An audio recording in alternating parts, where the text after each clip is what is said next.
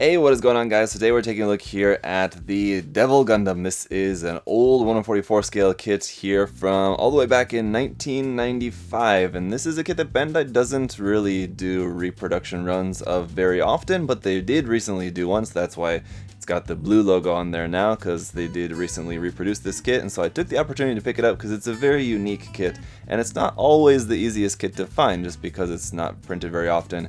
And it's just so unique. I think a lot of people tend to buy it up pretty quickly. So despite its age, I think it's still a relatively sought after kit as far as I understand it. So should be pretty interesting. It is a really interesting design. Of course, if you're unfamiliar with this design, it's sort of like the big bad of the G Gundam series. I'm a big fan of G Gundam. I know it's kind of got a lot of mixed opinions out there, but I think it's a really fun series and I enjoy it a lot. So this first up here for the artwork on the front of the box, really cool, just this artwork design here. You got the God Gundam there down in the front, of course, as well. Let's just take a look around the sides of the box here. On the top and bottom, it looks like this is a G10. It's number 10 in the G Gundam series of these 1/44 scale kits that were coming out in this line.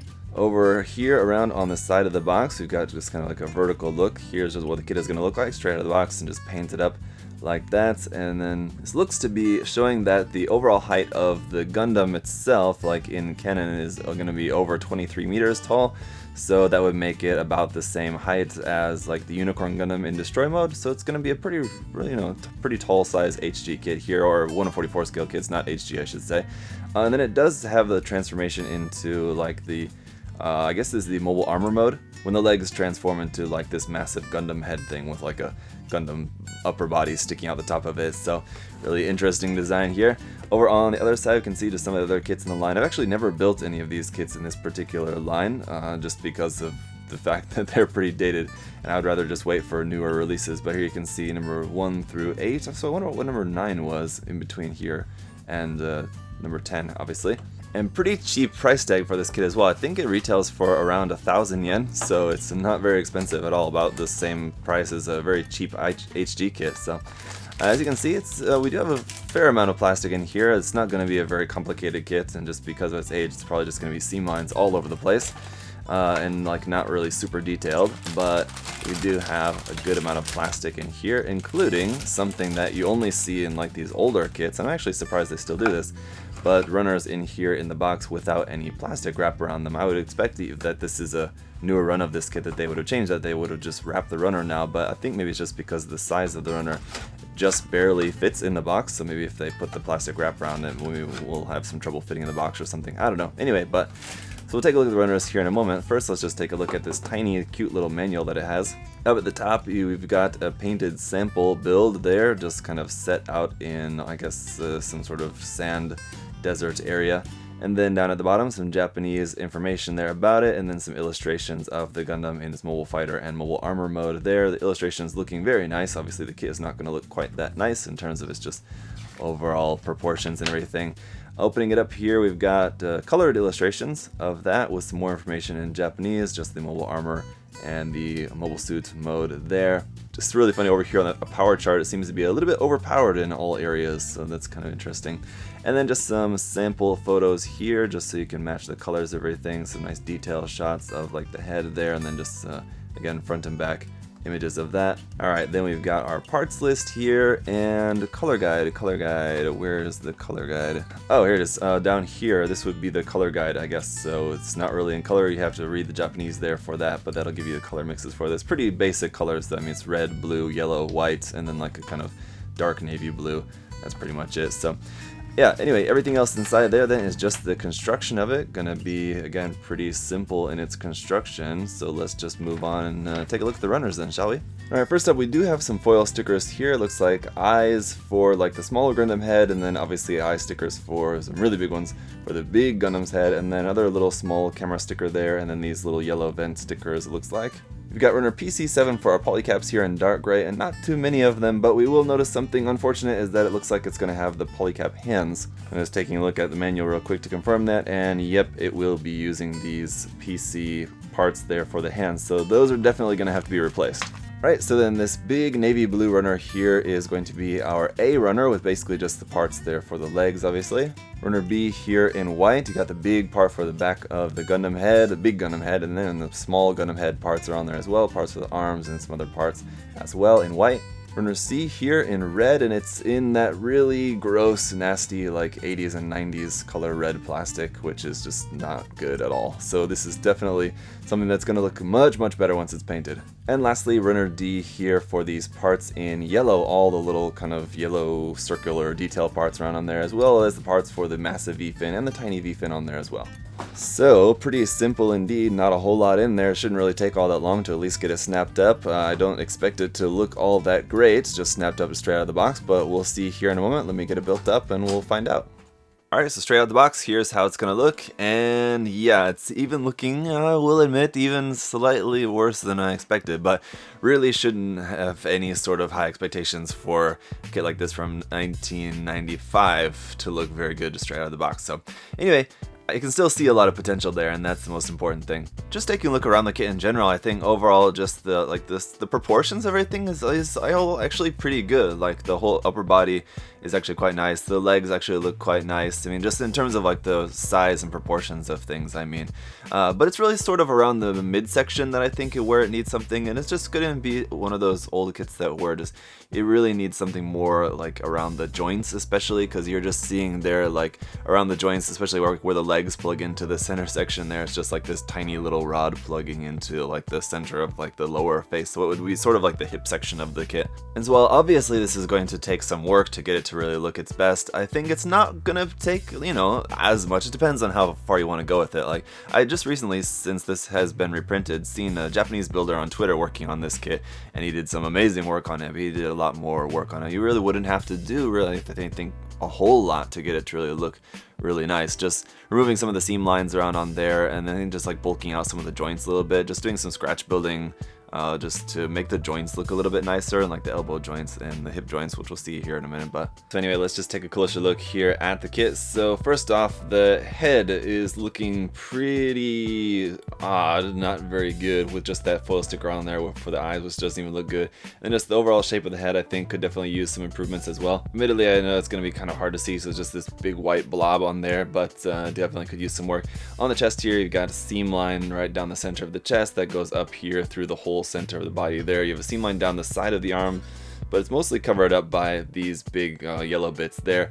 There's that foil sticker there on the front vents there on the shoulders. You got the other foil sticker here for that circle bit there on the front of the chest. So the head is just on this polycap ball joint, which will just be able to move up and down a little bit like that. Of course, you can turn that around a little bit as well. The shoulders are just plugged straight onto a peg here, so basically you can just have some rotation there. You can see just a simple peg inside there. And even bringing the arm in and out, this is the highest you're going to be able to bring up the arm. You can't bring it up any higher than that. Although, that said, a lot of the articulation on this I feel like could be very easily modified to improve some of the articulation for us, so maybe that would be a good idea for a future project. But once again, in here too, for the elbow joint, you can see it's just that polycap in there. So again, just scratch building some bit around there to like bulk out that area around the polycap, just so it doesn't look like just a silly polycap in there for the elbow joint.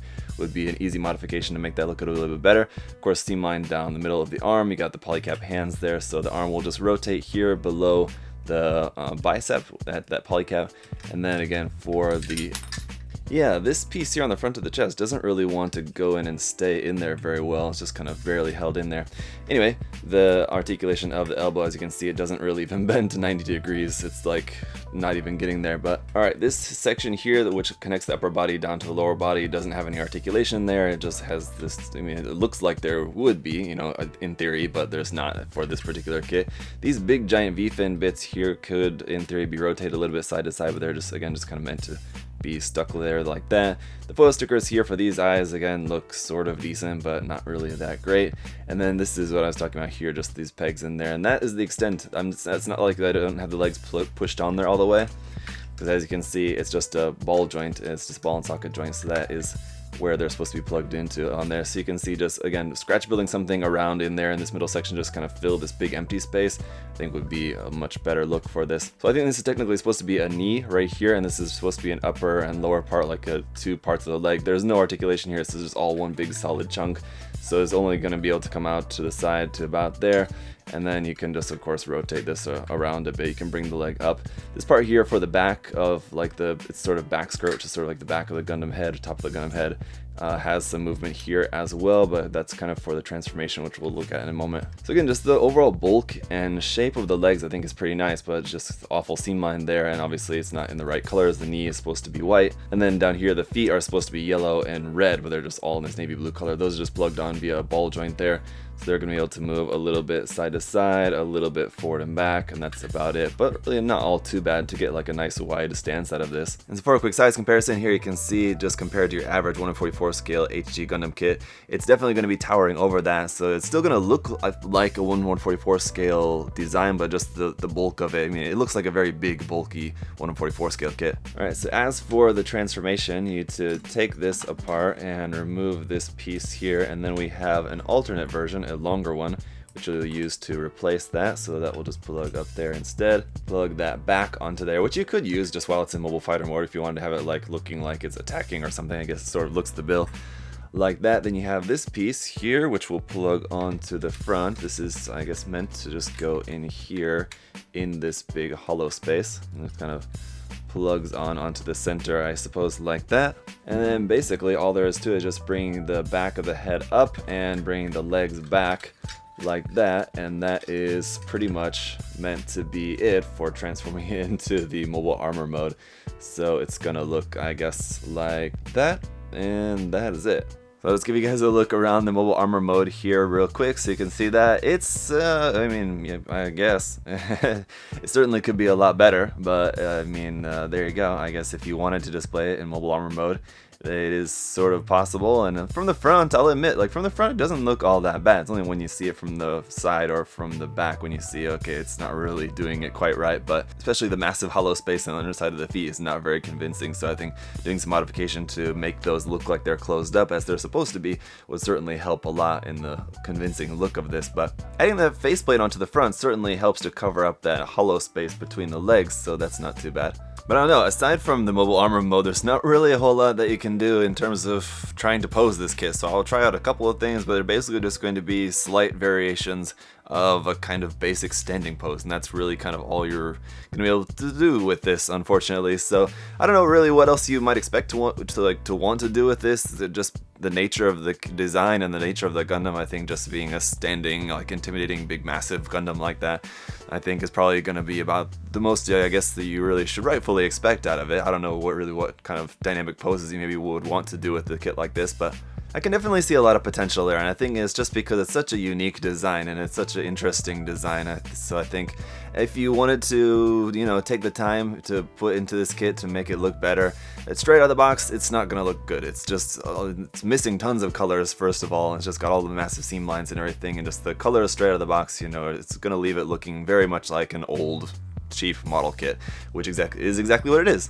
So whether you want to spend a little time or a lot of time, definitely some love and care put into this build is going to make it look even better, and so I think there's definitely a lot of potential to go there.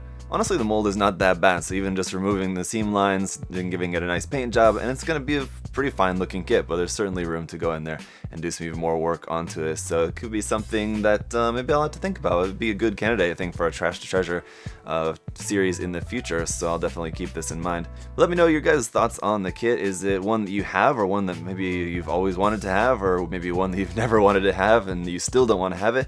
I'm interested to know what you guys think about the kits. If you have any other further questions about it, of course, do feel free to ask those down below as well. And as always, guys, thank you to USA Gundam Store for their support. I'll see you guys all next time. Thanks for watching. Bye bye.